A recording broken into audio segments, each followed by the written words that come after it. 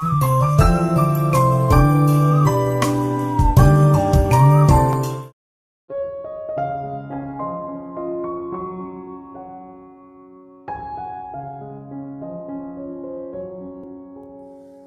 niyo, isa rin ako sa mga nangarap na maging parte ng kwento sa programang ito. Kaya nung nagkaroon ako ng lakas ng loob, kaagad akong nagpadala ng sulat.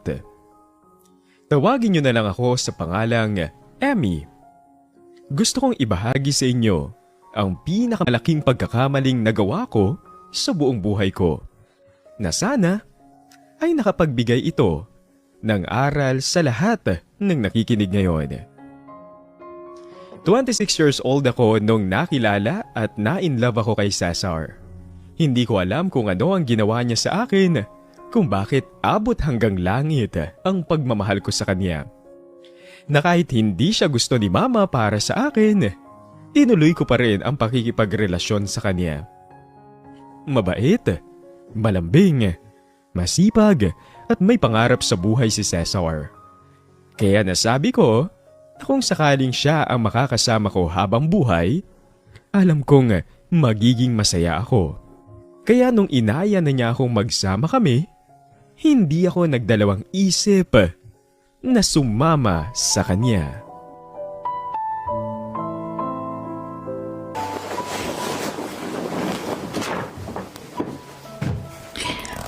Hindi ka na talaga mapipigilan. Nay, tama na. Buo na yung desisyon ko na sumama kay Cesar. Hindi ka ba natatakot sa desisyon mong yan, anak? Hindi mo ba naman siya ganun kakilala para sumama ka sa kanya? Nay, ilang buwan ko na rin naman pong boyfriend si Cesar eh. Kaya ayos lang ho yun. Tsaka isa pa dito rin naman po yung punta namin. Kaya ba't pa namin patatagalin? Basta anak, ipangako mo lang sa akin na ingatan mong sarili mo. Oo, alam kong mahal na mahal mo si Cesar. Pero magtira ka pa rin sa sarili mo.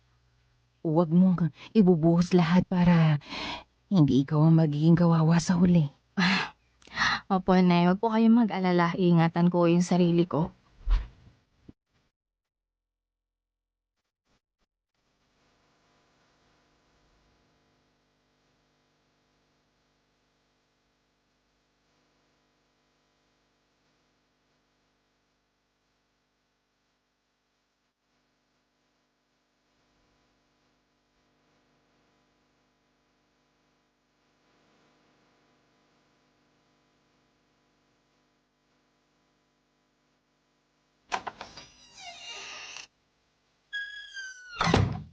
Ito na yung magiging bagong bahay natin. Pasensya na kung ito lang yung kinayanan ko. Ano ka ba? Ayos lang yun. Hindi nga malaki, pero alam mo, ibig sabihin hindi rin nakakapagod linisin. Ay, teka, paano mga pala ito nahanap? Sinabihan ako ng barkada ko na meron daw murang pinapaupahan dito. Nung marinig ko na mura, pinuntahan ko kagad eh. Sayang naman kung makuha pa ng iba. Bale, ang sabi sa akin, 1 month advance, tapos 1 month deposit. Ayos na, nabayaran ko na rin. Ha? Eh, sana sinabi mo sa akin para nahatian naman kita sa gastusin. Ayos lang, ako ba? Kaya ko naman eh. At saka isa pa, gusto kong patunayan sa nanay mo na kaya kitang buhayin at saka alagaan. Ay, nako, ikaw talaga. Alam mo, ganun lang talaga si nanay. Pero matatanggap ka rin naman nun eh. Sana nga. Pero sa ngayon, papatunayan ko na muna siguro na seryoso ako sa'yo. Ipapakita ko kung gaano kita kamahal.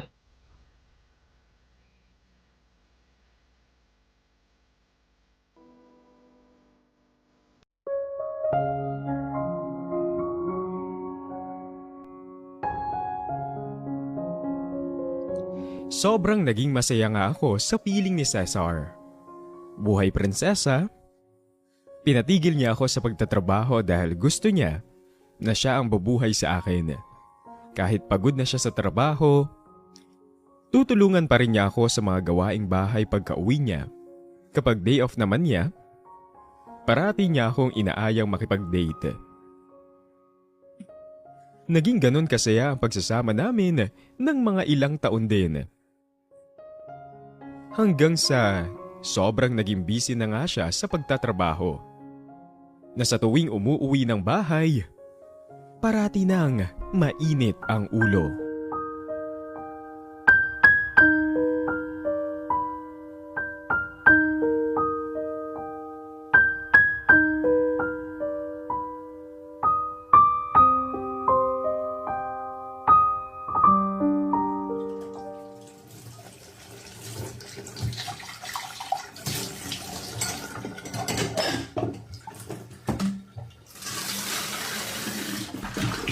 Salamat, natapos din sa paghuhugas. Ano kayang gagawin ko na? Ay, tama, magitiklo pala ako. Maumpisahan na para makapagpahinga na ako. Shucks, nawala ng kuryente. Putulan na nga talaga kami ng ilaw. Ano ba yan? Saan ko na nalagay yung kandila? Ano ba yan? Wala akong masyadong makita eh. Okay, nasan ba yun? Nasan ba? Ito. Buti nandito yung posporo. Ayan, ayos na. Ay, naku po naman. Ngayon pa talaga. Ang init pa naman ngayon. Oh, bakit walang kuryente? Brown out? Naputulan kasi tayo eh. Hindi tayo nakapagbayad ngayong buwan. Paano hindi? Nagbigay ako sa'yo ng pera, di ba? Para naman sa upa lang yun, Cesar eh. Sana pinaalala mo sa akin. Alam mo naman na parati akong pagod sa trabaho kaya hindi ko na maiisip yung mga ganyang bagay. Ikaw tong nandito sa bahay. Dapat ikaw ang umaasikaso niyan, di ba? Eh di ba ilang beses ko nang pinaalala sa'yo yun? Parati mo namang sinasabi na magbibigay ka. Eh wala naman ako natatanggap eh. Anong pababayad ko sa kuryente? Wala ka bang pera? Eh di sana ikaw na lang ang munang nagbayad. Eh naipamalengke ko na ho. Kung hindi mo sana ako pinatigil sa pagtatrabaho, edi sana nakakabayad ako ng kailangan bayaran dito sa bahay. Ano pinapalabas mo? Ha? Na hindi ko kaya magbayad? Oh my God, saan galing yun? Ang sinasabi ko, sana hindi ako sumunod sa gusto mo na tumigil sa pagtatrabaho. Eh di sana may extra tayo ngayon para hindi ka nahihirapan. O ano ngayon? Tapos anong sasabihin ng magaling mong nanay? Na hindi kita kayang buhayin? Pipiliin mong pagbukain akong inutil sa paningin niya? Ano, yun ang gusto mo? Ikaw lang naman nag-iisip niyan eh. Imbis na kasi unahin mo yung pride mo, ba't hindi mo kasi isipin yung pang-araw-araw nating pangangailangan? Cesar, buntis ako, tas ni pambayad ng kuryente, hindi ka makapagbigay? Paano pa ang anak ko? Tumigil ka na. Tumigil ka na, napipiko na ako sa... Napipikon ka. Kasi alam mo na tama yung sinasabi ko. Umayos ka nga. Gamitin mo naman yung isip mo, hindi yung puro pride Sinabi lang. na, tumigil ka! Amy, pasensya na. Amy. Mahal. Sorry, hindi ko sinasadya. Nadala lang ako ng galit ko. Sorry. Pagod lang ako sa trabaho. Kaya biglang huminit yung hulo ko. Pasensya na talaga. Hindi ko na uulitin yun ah. Sorry.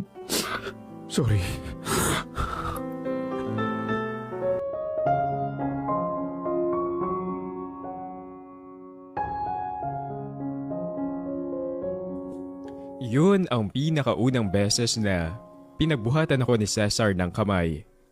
Gulat na gulat ako ng mga oras na yon. Bigla akong nakaramdam ng takot na doon ko lang unang naramdaman. Isang buong gabi akong hindi nakatulog. Nag-iisip kung paano niya nagawang saktan. Pero sa kabila nun, may tanong na biglang umusbong sa isip ko. Tama ba ang desisyon kong sumama sa kanya?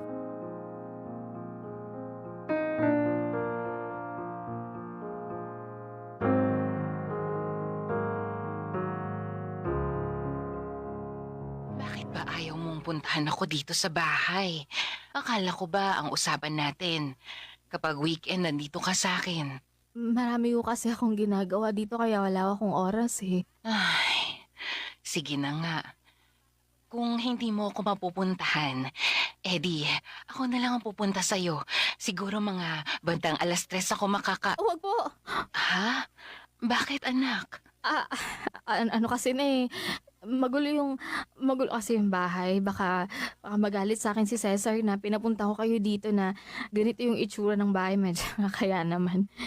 Naku, huwag mong isipin yun. Eh di tutulungan kitang maglinis. Wag na, Nay.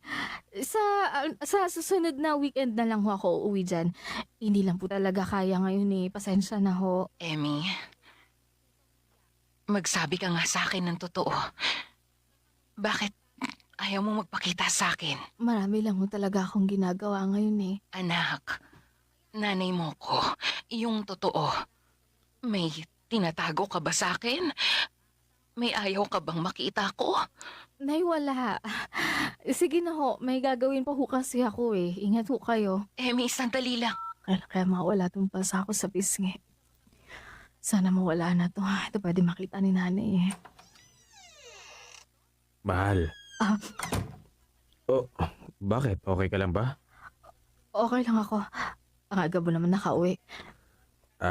Nag-request kasi ako ng half day sa boss ko kasi gusto kong makasama ka na mas matagal ngayong araw. Gusto mo kumain na lang tayo sa labas para hindi ka na magluto at makapagpahinga ka naman kahit papano. Bakit? Hindi ka sumasagot? Ayaw mo ba? Ikaw na lang yung bahala. Sige. May binili nga pala ako para sa'yo. Ito, bulaklak. Salamat. Pasensya ka na kagabi ha. Mainit lang talaga kasi yung ulo ko eh. Sa'yo ko tuloy na ibuntong. Alam mo naman yung trabaho ko, maraming kailangan gawin. Tapos, syempre, bad trip din ako sa opisina. Bad trip pa ako sa traffic. Tapos pagdating sa bahay, malalaman ko pa na naputulan tayo ng kuryente. Siguro naman kahit sino, ganun yung magiging reaksyon, di ba? Naintindihan mo naman siguro ako. Oo naman. Kasalanan ko rin naman eh. Alam mo, hindi ko naman na dapat sana ginatungan yung init ng ulo mo. Pasensya ka na rin. Hindi, ayos lang. Naintindihan ko. Pinapatawad na kita. Ikaw ba? Pinapatawad mo na ba ako? Alam mo namang hindi kita matitiis eh. Pasensya ka na ulit ha. Pinapangako ko sa'yo. Yun na yung una at huling beses na pagbubuhatan kita ng kamay. Dahil ayokong nasasaktan ka dahil sa akin. Ganun kita kamahal.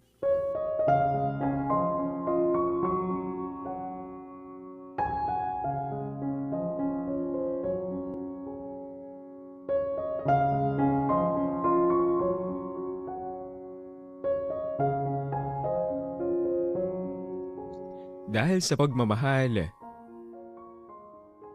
pinatawad ko si Cesar. Umasa na yun na ang huling beses na sasaktan niya ako. Ni minsan naman kasi ay hindi ko naramdaman na hindi niya ako mahal. Oo, may mga pagkakataon na nasisigawan niya ako, pero alam kong dahil yon sa pagod at stress sa trabaho.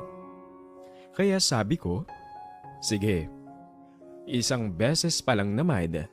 At nangako naman siya na hindi mauulit yon. Sana hindi na yon maulit pa.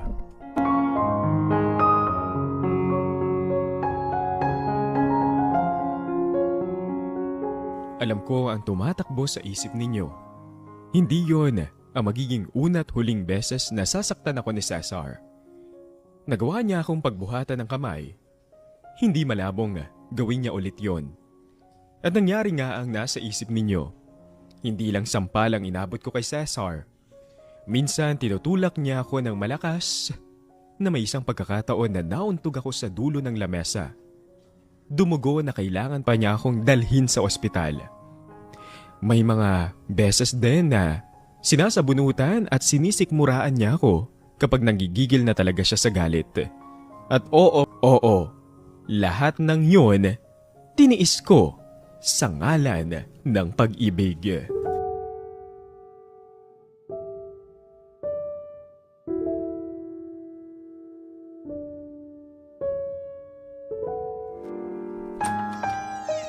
Nakauwi ka na pala. Ano naman? May pagkain na ba? Gutom na ako eh. Hindi ako nakapagluto ng hapunan eh. Ano? Bakit? hindi ka pa kasi nakakapagbigay ng pera para sa allowance dito eh. Wala rin naman akong pera kaya wala akong maluto ngayon. Bakit hindi ka na lang nangutang dyan sa tindahan? Ayaw na ni Manang eh. Bayaran daw muna natin yung mga utang saka tayo pwedeng umutang ulit. Kapag nga naman minamalas ka nga naman. Pagod ka na nga sa trabaho, may tangang asawa ka pang... Nagigigil ako sa'yo.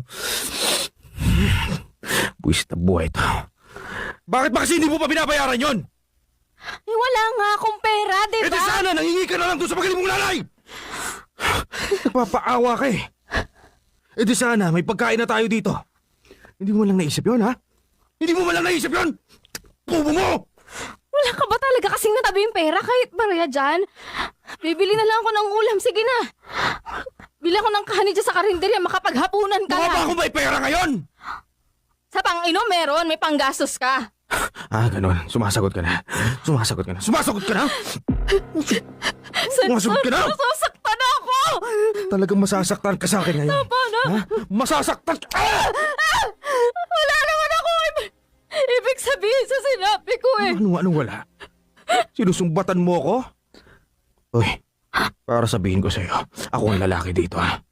Ang lalaki dito, ha? Kaya akong dapat nasusunod. At ikaw, wala kang karapatan na pagsalitaan ako ng ganyan. Asawa lang kita. Narinig mo, ha? Asawa lang kita! Babae ka lang, ha? Mahina. Mahina ka lang. Ha? Pito, sabihin mo sa akin, anong pinagmamalaki mo? Sukit ka! Wala. Baka naman may lalaki ka. Ano? Alam mo, magsabi ka na sa akin ng totoo na nalalaki ka, no? Lumalandi ka. Lumalandi ka! Wala akong lalaki, Cesar. Bitawan mo ako! Nasasaktan na ako sa'yo. Sabihin mo! Sinungaling ka pa! Sinungaling ka pa! Huwag mo ako lolokohin. Tama na. Wala ka talagang pakinabang sa buhay ko eh. Nagkandaletsyo-letsyo na ang buhay ko dahil sa'yo! Tama na. Ayoko na. Hindi ba ako tapos? Napakalandi mo kasi. Tumayo ka dyan. Tumayo ka dyan! Tumayo ka dyan! Tumayo ka dyan! Tama na! Saan ka pupunta? Saan ka pupunta? Halika dito! Sige, lumapit ka! Lumapit ka! Hindi ako magtatalo ang isip na isaksak sa'yo itong kutsilyo! Ano? Lumapit ka! Matapang ka na ngayon, ha? Anong akala mo sa akin? Matatakot ako? Ha? Ano?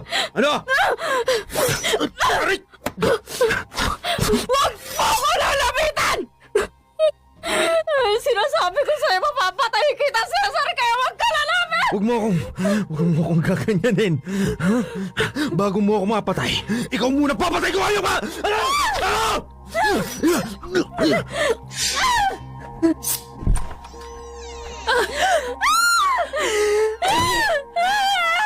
Amy! Amy! Ay! Diyos ko po! Diyos ko po! Ano nangyari? Anak, ano nangyari? Hindi ko sinasadya na! Amy! Amy! Diyos ko po! Diyos ko po! Anong ginawa mo? Teka! Anak, teka! Teka, nakihingi ako ng tulong sa labas. Diyan ka lang, ha? Tulong! Tulungan niyo kami! Tulong!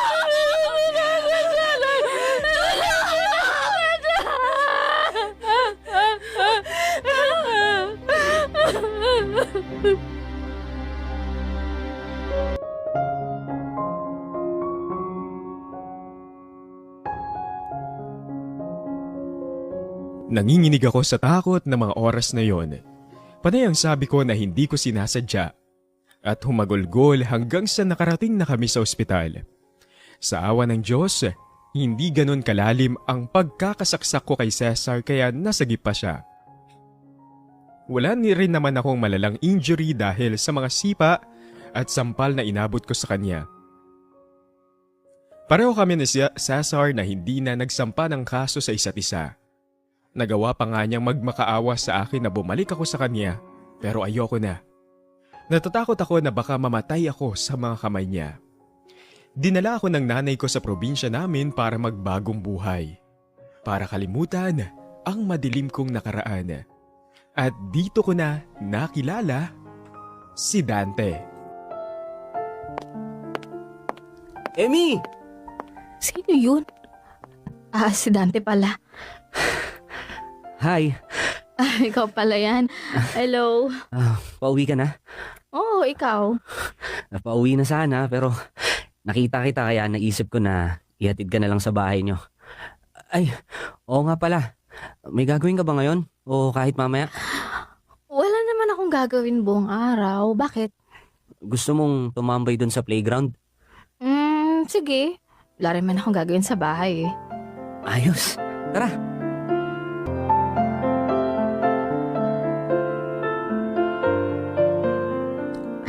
Tapos ayun, hindi na ako nakipagbalikan kahit ilang beses niyang sinubukan. Sa tindi ng ginawa niya sa'yo, may lakas pa siya ng loob makipagbalikan sa'yo? Yun nga rin yung sinabi ko nun eh. Halos magpatayan kaming dalawa tapos babalik siya na parang walang nangyari. Ay, nako. Alam mo, nagpapasalamat na nga lang ako sa Diyos na hindi kami kasal dahil kung oo, malamang habang buhay ako nakatali sa kanya. Grabe din pala yung pinagdaanan mo sa kanya. At natiis mo yun ng 5 taon? Mahal ko eh. Pero naging isa akong malaking tanga. Dahil sa pag-ibig na yan, kaya ito, ganito yung nangyari sa akin. Ang totoo, hindi naman siya ganun dati. Kaya hindi ko alam kung ba't siya nagbago. Ewan ko, siguro naisip niya na wala akong kwentang babae, tapos nagsisi siya, ganun. Kahit ano man ang rason niya, mali pa rin yung ginawa niya. Mabuti na lang at nakawala ka na sa Cesar na yun. Pasalamat siya at hindi mo pa ako kilala nun. Dahil pag nagkataon na nandun ako, basag sa akin mukha niya. Ikaw talaga? Nakakabwisit kasi. Yung mga ganong lalaki, tamang naging desisyon mo na umuwi na lang dito sa probinsya para makapagsimula ka ng bagong buhay. Yun naman talaga yung goal ko eh. Bagong simula, bagong kwento ng buhay ko. Alam mo, huwag kang mag-alala. Tutulungan kitang magbagong buhay. Talaga, gagawin mo yun? Oo naman. Ako ang bago mong kaibigan, di ba? Okay, sige, asahan ko yan.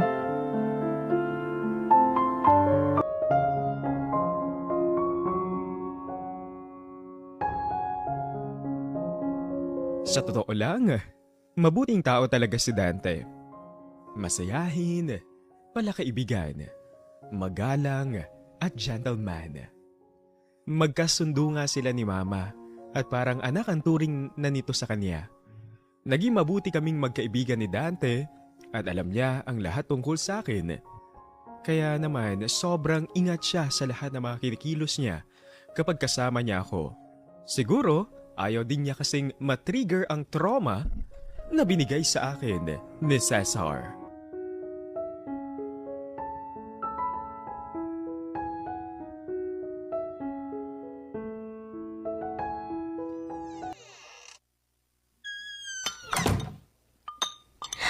Nay, nandito na ako. Ayun, saktong uwi mo. Halika, tulungan mo akong ayusin tong mga pagkain.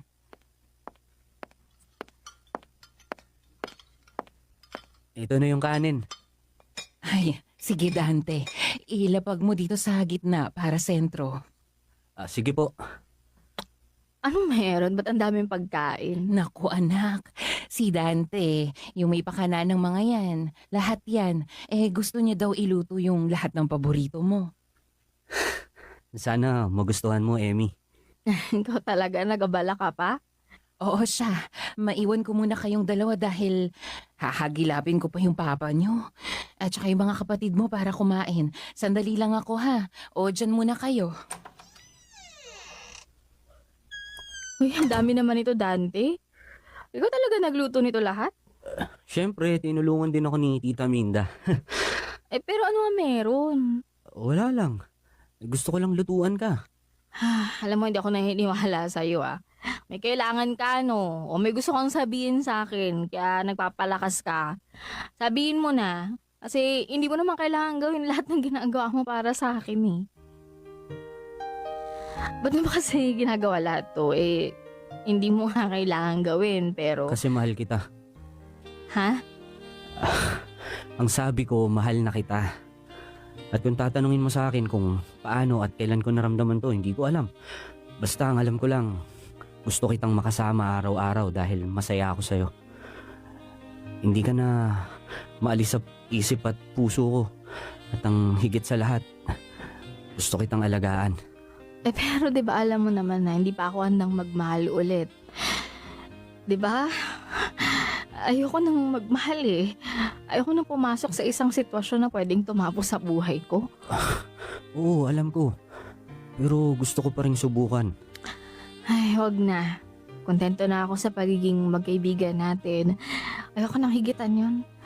Sa tindi ng naranasan ko nun kay Cesar, ayoko nang sumubok. Natakot na ako. Ayoko na magkamali. Hindi na ako pwedeng magkamali ulit. Naiintindihan ko. Pero sana hayaan mo kong iparamdam sa'yo na mahal kita. Maghihintay ako, Emmy. Pangako ko yan sa'yo. Kahit gaano katagal, hihintayin ko na maging handa ka na ulit na magmahal. At pag nangyari yun, sana ako yung taong bagong mamahalin mo. Kung ako ang may-ari ng mundo,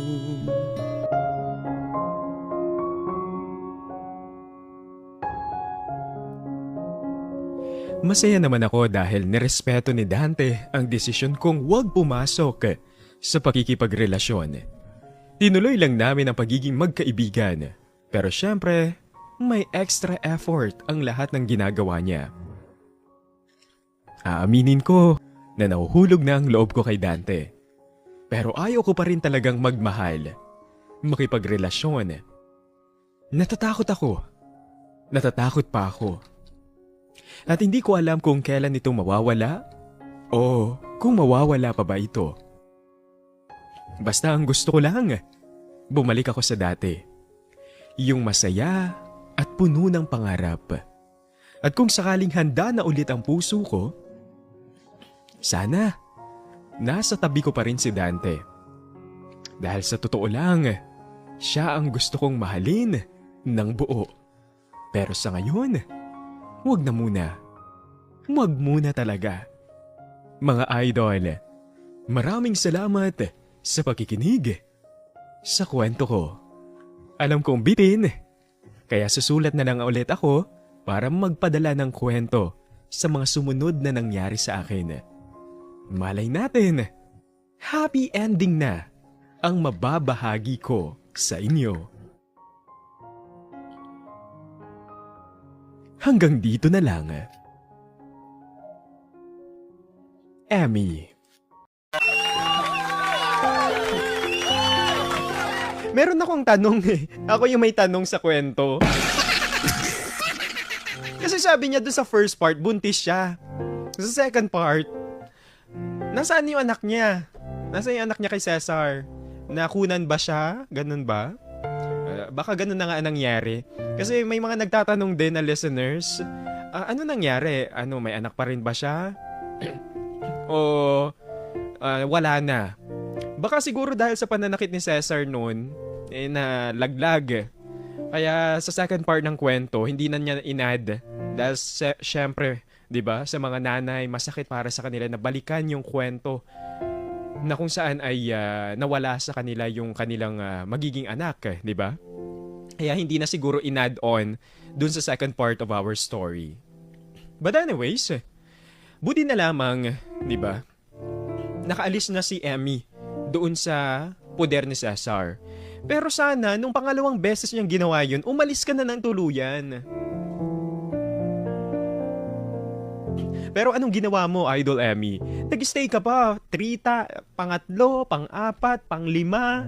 Nako, sobra-sobra na yun na pagbibigay mo ng chance when it comes to love, Idol. Kapag nasaktan ka na ng pangalawang beses, minsan pa nga dapat unang beses ka pa lang niyang sinaktan, umalis ka na. Pero dahil sa naiintindihan natin na mahal mo si Cesar, pinagbigyan ka namin na magstay pa for the second time. Para nang sa ganun ma-analyze mo kung talaga nga bang hindi niya sinasadya yung ginawa niya. Pero nung ginawa niya ulit, nako, part na yan ng kanyang character. Kumbaga, ganyan talaga siya na lalaki, bayolente. Kumbaga, hindi niya kayang kontrolin ang kanyang emosyon. Kasi may mga ganyang klase ng tao. Sabi ko nga sa inyo, we have different kinds of personality. Na kahit sabihin natin na kahit baguhin natin, pilitin natin na wag maging ganun. Sometimes, hindi natin kayang kontrolin ang ating sarili. It takes a mental health advice from the psychologist para talagang mabago o matanggal yung ganong klase ng bad character ng isang tao. Kaya dito, sa kwento natin, Idol Emmy, si Cesar, he needs medical attention. Lalong-lalo na sa kanyang mental health. Kasi if you cannot control your anger, magkakaroon ka ng problema eh. Whether sa ibang tao man yan, o mas lalo sa taong mahal mo. Kaya sa mga idol natin dyan, hindi naman natin pinipinpoint na si Cesar talagang born na talagang mapanakit. Talagang sa kanyang paglaki, o di kaya naman nung kanyang paglaki, is talagang ganun na ang kanyang personality. Sa mga ganyang klase ng tao, sabi ko nga sa inyo kanina, they need medical attention from those, alam mo yon, yung may mga connection when it comes to our mind. Medical health or mental health practitioners po natin dyan. And, yun na. Ang nangyari dito from love story to horror story. Anong nangyari sa pagmamahalan? Ganun talaga kapag, alam mo yon, nasobrahan sa pagmamahal, sa pag-ibig. Minsan kasi, sabi nga nila, ang labis nakakasama. Ang sobra, talagang nagdudulot sa atin ng kapahamakan. Kaya naman, sa mga idol po nating nakikinig ngayon, kung sakaling kayo ay mapunta sa sitwasyon ni Idol Emmy, nako, kapag pinagbubuhatan na kayo ng inyong partner, matuto kayo na umalis na sa taong yan. Dahil posible, idol, na sa at least na masarap na pag-ibig ang matatamo mo, baka hindi mo na maramdaman yon kapag nanatili ka pa ng tuloy-tuloy sa kanya. Diba? Baka as in, yung pagmamahal na yan, yan yung papatay sa'yo. Buti na lamang sa kwento natin, bagamat ilang beses na nag-stay si Emmy, dumating siya sa punto na natauhan din siya. Pero nung natauhan siya, talagang karumal-dumal na yung mga nangyari. May mga saksakan na naganap. Ayan, sa mga idol po natin na nakapakinig noon, pakipaliwanag po sa inyong mga anak. It's a rated SPG, mga idol. Kaya sana, di ba, hindi na sana mapunta sa punto na magkakasakitan kayo bago kayo matauhan, okay? But anyways, medyo maayos-ayos naman na si Emmy, pero takot na siyang magmahal. Dahil merong dumating na isang tao sa kanya, si Dante. Kaso nga lang, takot na siyang ibigay muli ang kanyang sarili. Dahil natatakot siya na baka mangyari ulit ang mga nangyari noon. Pero ito lang isa sa maipapayo ko, Idol Emmy. For now, it's valid na talagang kailangan mo muna talagang mag-heal from all the traumatic experience mo when it comes to love. Mahirap nga naman talaga, idol, na umibig ulit nang hindi ka pa handa. Kailangan you are fully healed bago muling ibigay ang iyong puso sa isang tao. Kasi kapag ibinigay mo ang puso mo na ikaw ay nasasaktan pa, you are not fully healed, may mga lamat pa at sugat ang kahapon, hindi ka magiging masaya sa iyong magiging relasyon. Kaya kailangan magaling na talaga ang iyong puso. Pero syempre, hindi naman natin magagawa yon without the support of the people around us. Diba? Kaya naman nandiyan lagi ang nanay ni Emmy, si Minda, idol. And at the same time, si Dante, naku, mukhang porsigido ang lalaking ito. Tama yan. You need to understand yung taong nililigawan mo. Kung ikaw, tunay kang lalaki, kailangan marunong kang maghintay. Kung totoo ka nagmamahal, kahit gaano pa katagal yan, handa mo siyang hintayin sa mga panahong handa na rin siya.